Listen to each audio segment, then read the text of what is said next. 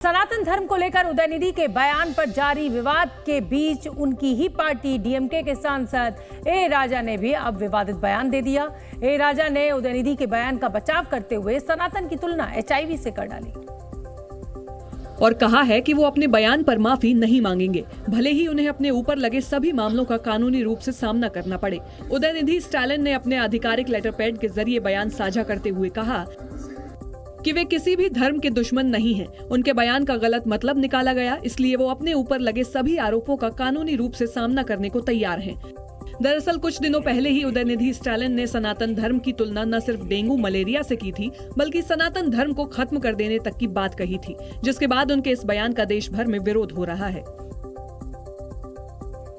तो सनातन धर्म पर विवादित बयान देकर बुरे फंसे हैं उदयनिधि स्टालिन और एक बार फिर विवादित बयान दिए जा रहे हैं। वो सनातन धर्म की डेंगू मलेरिया से तुलना करने वाले उदयनिधि स्टालिन ने अपने बयान पर अब माफी मांगने से साफ तौर पर इनकार कर दिया है।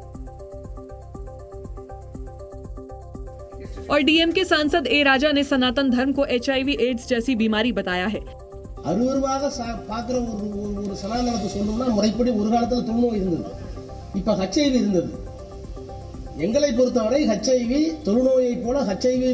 ए राजा सिंह ने गृह मंत्री अमित शाह को सनातन धर्म पर बहस करने की भी चेतावनी दी। उन्होंने कहा कि दिल्ली के 1 करोड़ लोगों को बुलाएं, शंकराचार्यों को बुलाएं और आकर मुझसे बहस करें।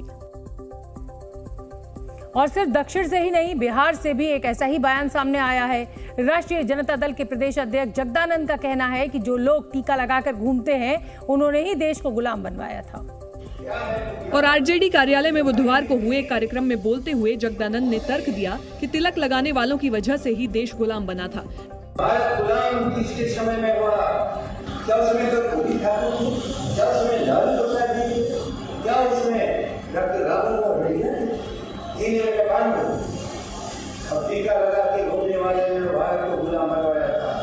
जगदानंद का बयान सोशल मीडिया पर वायरल हुआ तो उन्होंने सफाई देने में भी देर नहीं लगाई। जगदानंद सिंह ने मीडिया के सामने आकर सफाई दी कि उन्होंने सनातन धर्म और तिलकधारियों को लेकर कोई विवादित बात नहीं कही थी और वो अपने साथियों से बात कर रहे थे। सवाल है तो हम अपने साथियों से बात कर रहे हैं, तो उसमें किसी को क्या इतराज है?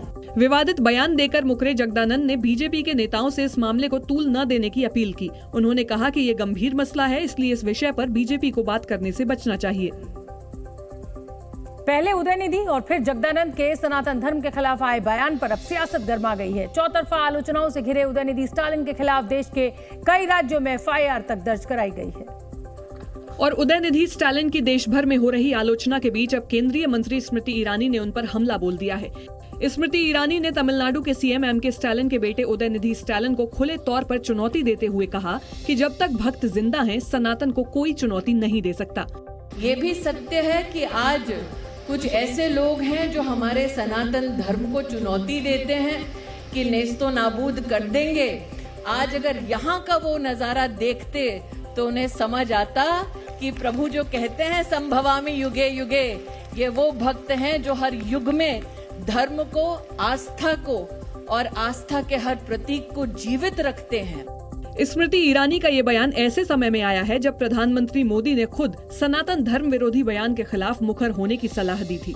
बताया जा रहा है कि प्रधानमंत्री मोदी ने अपने मंत्रियों को खुले तौर पर निर्देश दिए हैं कि सनातन धर्म के खिलाफ की गई टिप्पणी का सख्त लहजे में जवाब दें।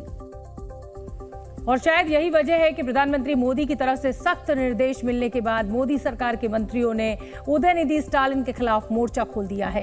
केंद्रीय मंत्री गिरिराज सिंह ने तो यहां तक आरोप लगाया कि वोट बैंक के लिए सनातन धर्म के खिलाफ साजिश रची जा रही है।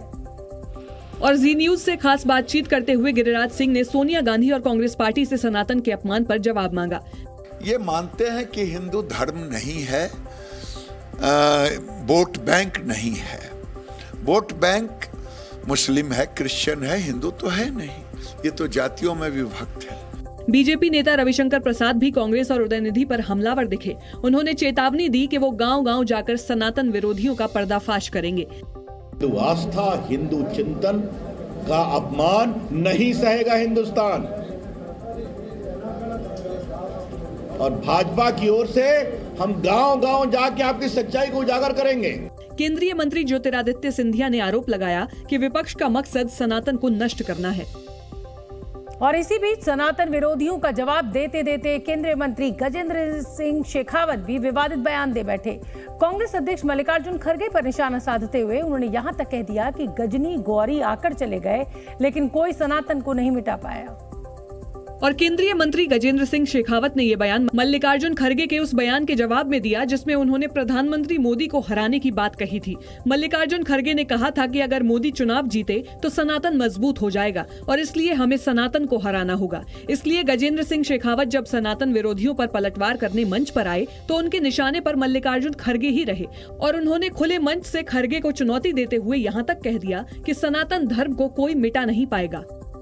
ये खड़गे आज राजस्थान आए हुए, इन्हीं खड़गे साहब ने कहा था कि मोदी जीता तो सनातन मजबूत हो जाएगा और इस सनातन को हमको हराना है।